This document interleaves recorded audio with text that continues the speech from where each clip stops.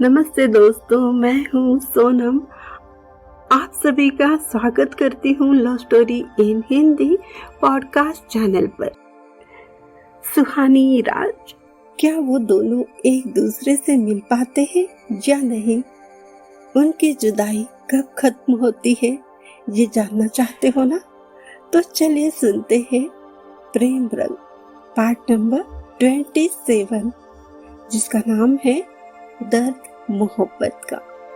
सुहानी बहुत बेचैन उदास हो जाती है क्योंकि रात से उसकी बात ही नहीं हो पाती। वो बहुत सोचती है आखिर हुआ क्या है, क्यों पापा ने ऐसा डिसीजन लिया।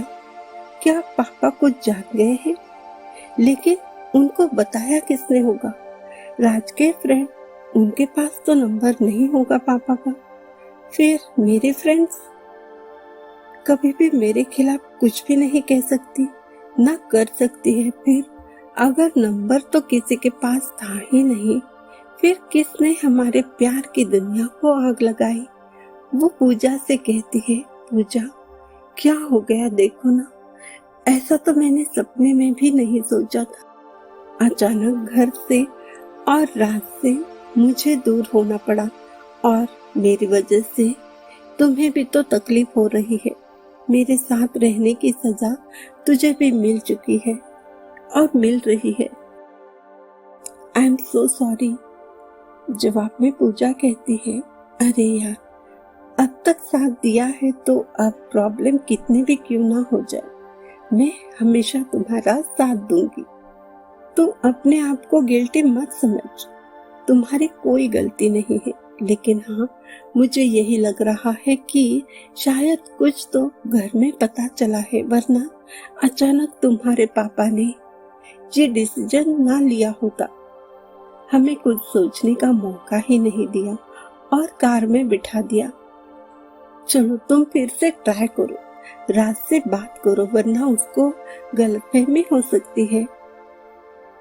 तुम बिना कुछ कहे गायब हो गई। ये सोचता रह जाएगा वो ऐसा हुआ क्या है। मैंने भी अपने नंबर से ट्राई किया लेकिन कॉल नहीं लग रहा। उसकी बात सुनकर सुहानी भी सोच में पड़ जाती है, अब इस प्रॉब्लम से बाहर कैसे निकले? किस मुसीबत में फंसा दिया है तकदीर ने। रात से बात भी नहीं हो पा रही, उस तक कोई मैसेज ही जा रहा है। उसकी क्या हालत होगी जब मैं नहीं मिलूंगी। सोचा था अब कभी आंसू नहीं आएंगे, अब कुछ भी गलत नहीं होगा मेरी जिंदगी में। लेकिन एक ही पल में सब कुछ पलट गया। कल कितनी सारी खुशियां थी और ये आज बुरा हाल। हाँ, ये बात तो है, मेरी उसके साथ एंगेजमेंट हो गई है, मैं उसकी हो गई हूँ, और वो भी सारी दुनिया के सामने। मेरी जबरदस्ती से शादी किसी और से नहीं करवा सकते। मेरे राज की क्या हालत होगी जब उसे मैं नजर नहीं आऊंगी। पता नहीं वो क्या करेगा। सुहानी को इतना उदास देखकर सुहानी की आंटी पूछती है, अरे तुम दोनों इतने उदास क्यों हो? हम जहाँ जा रहे हैं, हम वहाँ ज्यादा दिन नहीं रहेंगे, घर वापस आएंगे। अभी तुम लोग जहाँ जा रहे हो वहाँ एंजॉय करो, हम लोग शादी में जा रहे हैं। ऐसे मुंह लटकाए थोड़ी ना जाते हैं। यहाँ का मौसम देखो, ये नजारे देखो, ये नई जगह है, यहाँ पर एंजॉय करो। कुछ ही देर में हम लोग मामा जी के घर पहुंच जाएंगे, उनकी खुशी में शामिल हो जाओ। आंटी की बात सुनकर दोनों भी थोड़े रिलैक्स हो जाती है। हाँ, ये तो सच है, हम लोग शादी में जाएं तो मूड तो अच्छा होना ही चाहिए।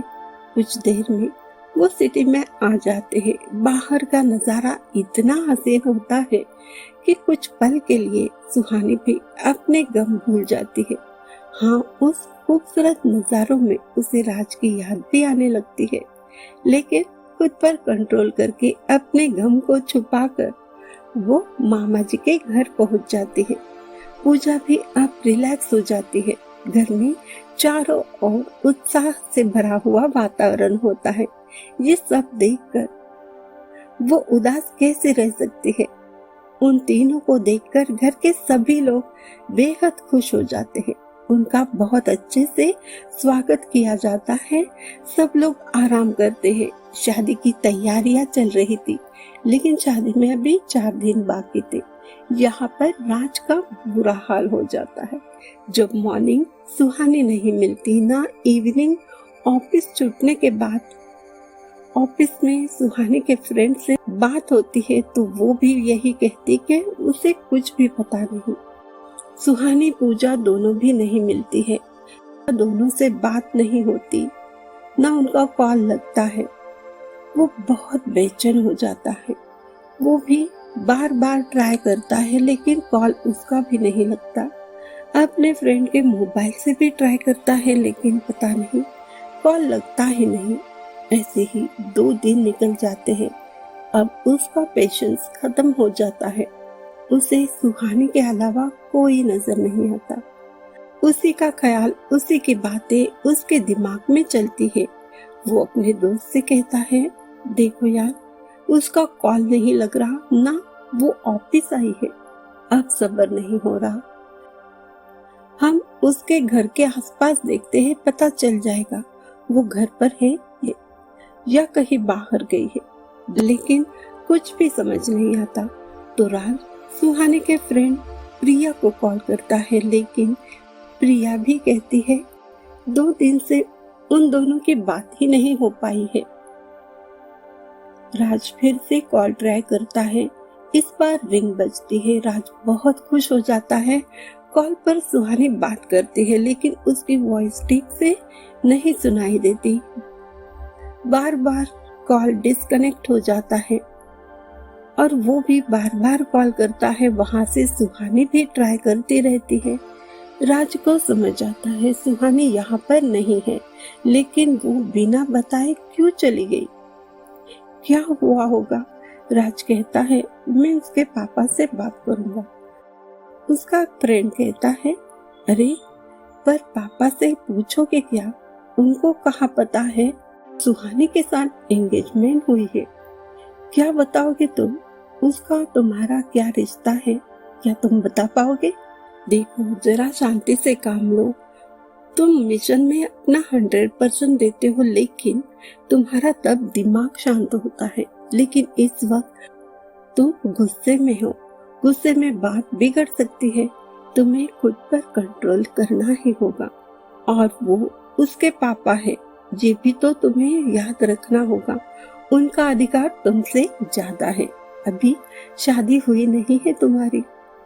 उसके साथ जो तुम हक जताने की बात कर रहे हो, ये जो तुम एंग्री यंग मैन बन गए हो ना, ये अभी ठीक नहीं है।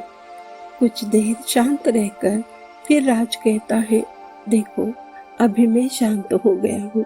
हम सुहानी के घर चलते हैं। मैं तुम्हारी कोई बात नहीं मानने वाला। अरे मैं कितनी देर से ट्राई कर रहा हूँ, लेकिन मेरी बात ही नहीं हो पा रही है सुहानी से। मैं क्या करूँ?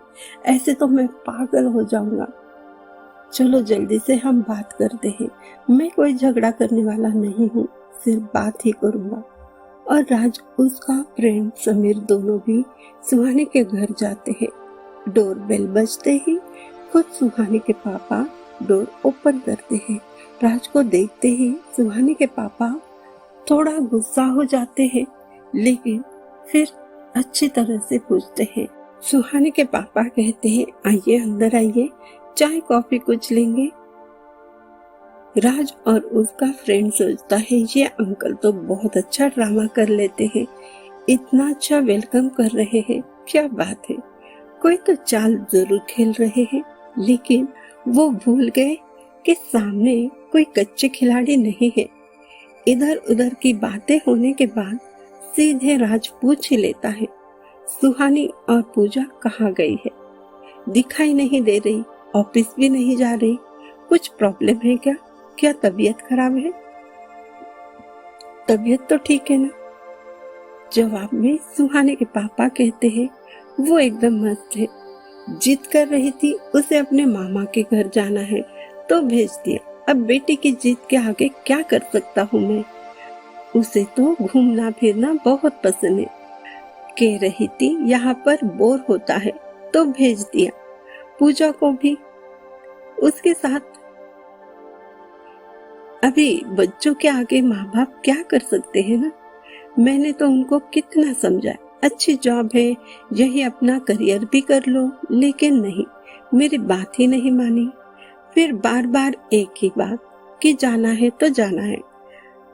मैं कर भी क्या सकता था, तो भेज दिया। और मैंने उनकी आंटी को भी भेज दिया उनके साथ। अभी वही रहेंगे, करियर करना है, कुछ करना है। अभी मैं क्या कर सकता हूँ ना। मैंने तो वैसे बहुत रोका, लेकिन उसने मेरी एक ना सुनी। सब कुछ बातें सुनकर राज चुपचाप सोच रहा था, ये जो कह रहे हैं इसमें कुछ भी सच्चाई नहीं लग रही। जरूर कुछ तो गड़बड़ है, कुछ और ही बात है। फिर भी वो पूछता है, हाँ वो तो है, लेकिन वो गई कहाँ है। इसके जवाब में सुहानी के पापा कहते हैं, अरे वो ट्रेनिंग करियर के लिए बैंगलोर गई है। उनकी सारी बातें सुनकर राज कुछ नहीं कहता और खड़ा होता है, कहता है ठीक है, हम लोग अब निकलते हैं। राज और उसका दोस्त समीर वहां से निकलते हैं और कार में बैठ जाते हैं। तब राज का दोस्त कहता है, क्या तुम्हें यकीन हो रहा है ये सब जो कुछ कह रहे हैं वो सच है। जोर से हंसते हुए राज कहता है, वो झूठ भी किसके साथ बोल रहे हैं। हम लोगों से जो एक झलक में समझ जाते हैं सामने वाला झूठ बोल रहा है या सच। उन्होंने एक एक बात झूठ कही है। राज का फ्रेंड पूछता है, तो क्या अब बैंगलोर जाएंगे। देखो, हमने पहले अपना वर्क कंप्लीट करना है, उसके बाद हम बैंगलोर निकलते हैं। पहले ड्यूटी निभाते हैं। वो तो पहले निभानी पड़ेगी ना। कुछ सोचकर राज कहता है, हाँ ड्यूटी तो पहले निभाएंगे, लेकिन हम बैंगलोर नहीं जाएंगे। सुहानी का मोबाइल का लोकेशन ट्रैक करेंगे, हमें सब पता चल जाएगा वो कहाँ पर है, हम वहीं पहुंच जाएंगे। लेकिन मुझे ये बात समझ नहीं आ रही, सुहानी के पापा ने अचानक ये फैसला क्यों लिया। क्या उनको किसी ने हमारे एंगेजमेंट की बात बता दी है। समझ में नहीं आ रहा। उन्होंने गुस्सा भी तो नहीं किया, न झगड़ा किया। उनके दिल में क्या चल रहा है कुछ समझ नहीं आ रहा। लेकिन ये बात तो है, कोई तो चाल है जो चल रहे हैं वो। कुछ देर राज उदास बैठ जाता है।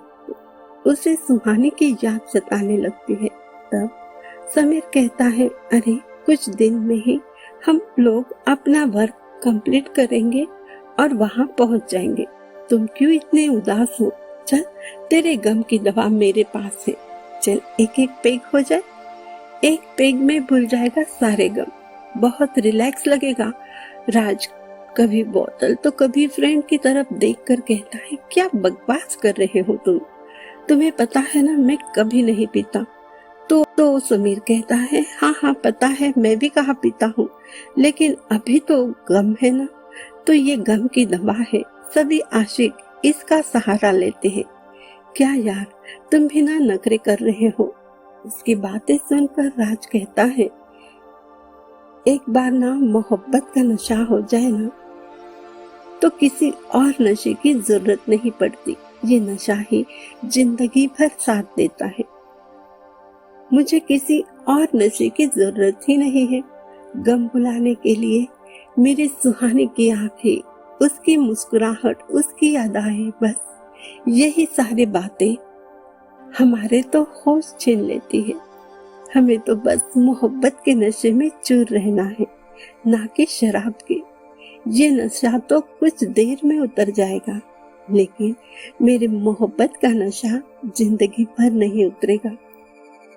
तो दोस्तों, ये था प्रेम रंग का एपिसोड, जिसमें दर्द दोनों तरफ है। अभी देखते हैं आगे क्या होता है। क्या उनकी मुलाकात होती है एक दूसरे से, राज सुहानी तक पहुंच जाता है या नहीं। आप भी जानना चाहते हो और हम भी बताना चाहते हैं, लेकिन उसके लिए थोड़ा सा इंतजार। हम अगले एपिसोड में मिलेंगे, आपको पूरी कहानी बता देंगे आगे क्या होता है।